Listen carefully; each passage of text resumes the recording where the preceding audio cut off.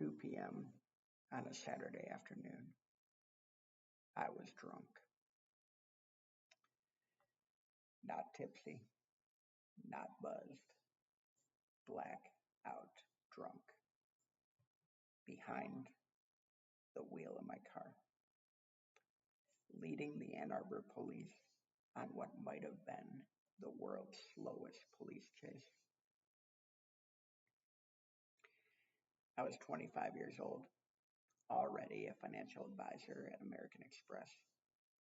I had just closed the biggest deal of my career that morning. But by 2:30, I was in handcuffs again. When I got home after another long night in jail, the very first thing I did was pour another drink at 9 a.m.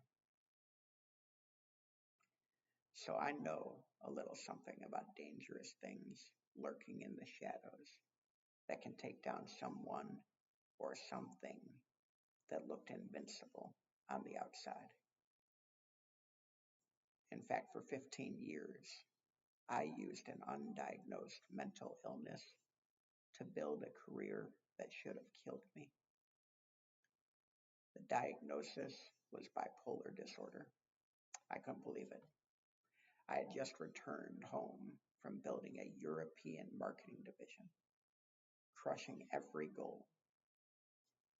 At the same time, I was drinking a liter of alcohol every night, 2 pots of coffee each day, and I was taking 30-second naps at every single red light, every morning, fighting off suicidal ideation.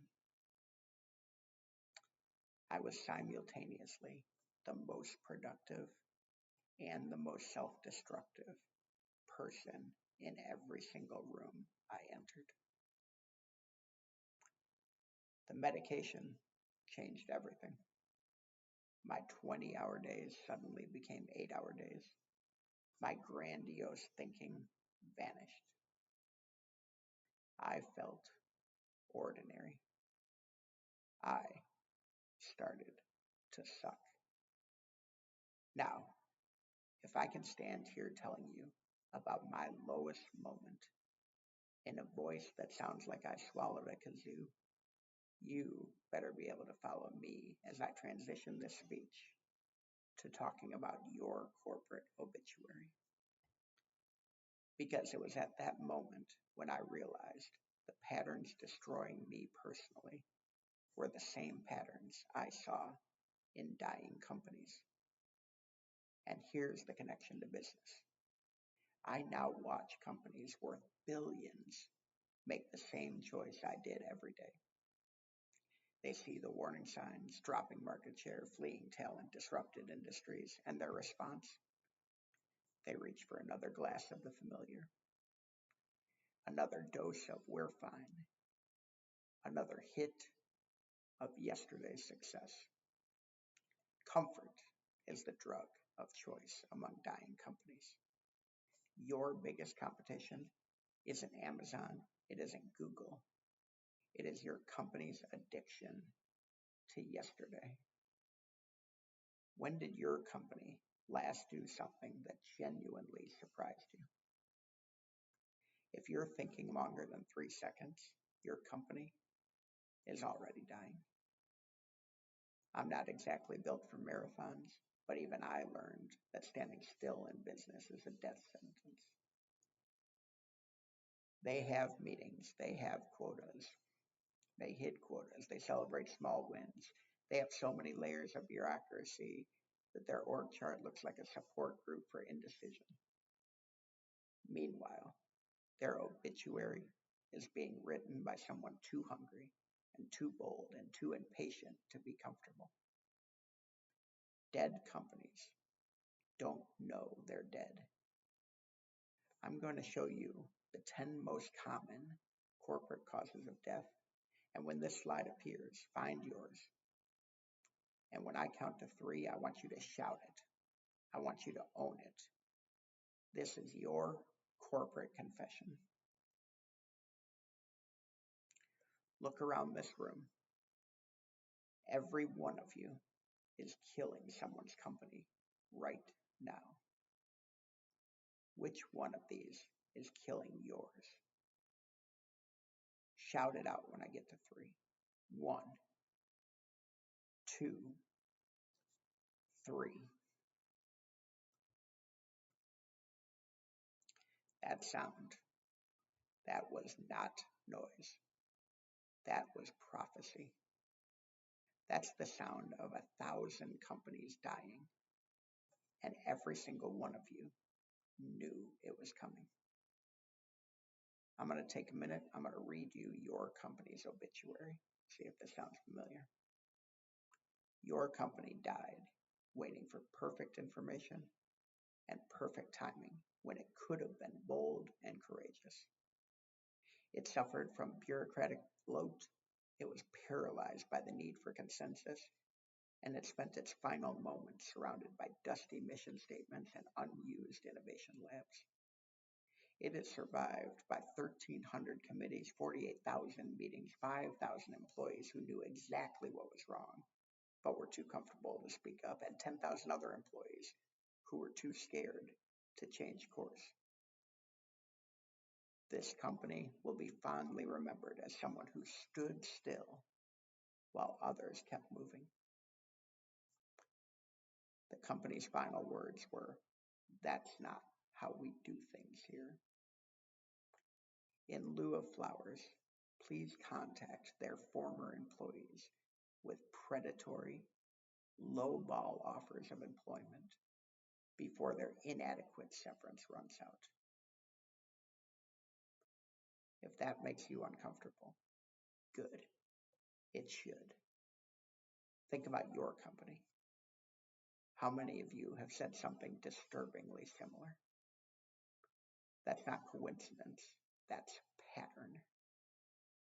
Most of you work for a dying company right this second. And here's the worst part. You know it. And you are not doing anything to fix it. The average S&P 500 company lifespan has crashed from 61 years to just 18. Every company in that index has a 32% chance of being delisted by 2030.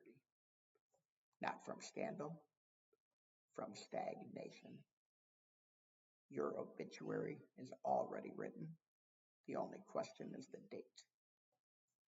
I call this the corporate stagnation syndrome. Comfort is corporate poison, and most companies are already 3 drinks in. Comfort has killed more companies than competition ever could. So here's what we're going to do. We're going to declare war on stagnation. Here are the 5 symptoms of corporate death. Change allergy. Corporate immune systems are hardwired to attack the future while protecting the past. Innovation paralysis, when perfection becomes the enemy of profit. Talent spiral, your best people flee stagnation like rats from a sinking ship. Market blindness, the corporate cemetery is filled with graves of companies who had tomorrow in their hand, but chose yesterday. Innovation theater, too many companies built features when customers wanted benefits. They built tanks when customers wanted toys. Here's how I learned this, the hardest way possible. I got fired on a Tuesday morning. We finally won the $60 million contract we'd been chasing on that Friday. They fired their change agent and won their moonshot 72 hours later. My former team got 5 years of record bonuses. I got unemployment. But getting fired made me analyze the difference between my management style before and after the bipolar medication. What had changed? Bipolar made me president at 38. Sanity made me average. So I hacked my own brain. I had to make an unbearable choice, success versus sanity. And I chose both. The firing forced me to finally decode and write down what I call the hypomanic toolbox, the system I'd been unconsciously using to turn around 4 failing businesses. These tools help me manage like a hypomanic while staying healthy. Today, I'll share 2 of those tools from the hypomanic toolbox that can save your company. Tool number 1, grandiose goal setting. Under promising and over delivering is for losers. If you promise 100% growth and you only deliver 60%, you beat the guy who promises 12 and over delivers 15. Missing moonshots beats making layups every single time. Tool number 2, pattern recognition. Seeing what comfort makes invisible. During hypomanic episodes, I'd see gold mines that others would walk past. Once I was hired to save a failing product line, a grocery store scale. During a cost-cutting exercise, we found a feature that everyone ignored, an enhanced load cell that cost $15 more than the previous model's load cell. I asked why we did this, why we add $15 to this, and the engineers explained that it weighed meat more precisely. In fact, it weighed it to a 3rd decimal point. The company had launched the scale a year earlier. They had a diamond in their hand and thought it was a rock. This precise weighing allowed for the price of every transaction of meat to be a few pennies higher. Those pennies dropped right to the bottom line. The product instantly went from being a commodity to being an ATM machine. I repackaged that hidden value into fleet transformation deals, and we went from reactively selling $2,000 scales to proactively selling $2 million contracts to replace 1,000 scales at once. Same product, same feature, different eyes. Every competitor had this capability. Comfort made them blind. Here's what pattern recognition really means. Your competition sees a feature, and you see a business model. They see a problem, and you see a product. They see what is, and you see what could be. That $2 million hiding in the decimal place, it was always there. Comfort just made everybody else blind to it. Those 2 tools are just the beginning. The complete hypomanic toolbox transforms the comfortable into the competitive, the tentative into the tenacious, the reactive into the revolutionary. After using the hypomanic toolbox to generate over $200 million of value across 4 turnarounds, I realized that this system could revolutionize how any leader manages. I want you to participate in what I call the 24-hour test. If you had just 24 hours to save your company, what would you do first? And then ask yourself the only question that matters. Why haven't you done it yet? I bought a company in COVID that was already dead. They were hosting quarterly funerals that they called board meetings. We murdered comfort before it murdered us. I implemented these tools, and we sold it for double the money 3 years later. The graveyard of Fortune 500 companies is filled with teams that confuse busy with breakthrough. The difference between dying companies and thriving ones isn't strategy, it's comfort tolerance. Dying companies perfect yesterday. Thriving companies destroy today to build tomorrow. Dying companies ask, how can we protect what we have? And thriving companies ask, what are we willing to destroy to pave the way for growth?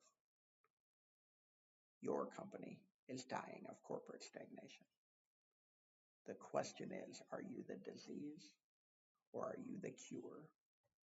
At 2 p.m. on a Saturday, I was drunk. At 2:30, I was in handcuffs.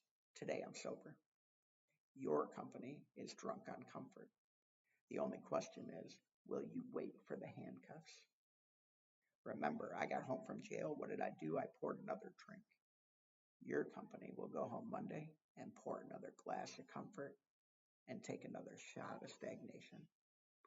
The question is, will you be the one who finally says, enough is enough? You think you're just one person? So is the Kodak engineer who invented digital photography. One person with the courage to speak. One company without the courage to listen. Which one are you? Which one is the main character in your story? The courageous employee or the cowardly company? On Monday at 9 a.m., walk into your office and do one thing. Cancel one process, meeting, approval that everyone complains about but no one ever questions. Don't study it, don't form a committee, just delete it. Then go even harder. Do it 10 more times. Do it 100 more times. Because every process you delete, every sacred cow you slaughter, every we've always done it this way that you destroy, you are one step closer to rising from the corporate ashes. Your company's obituary has already been written. Now go delete it before it deletes you.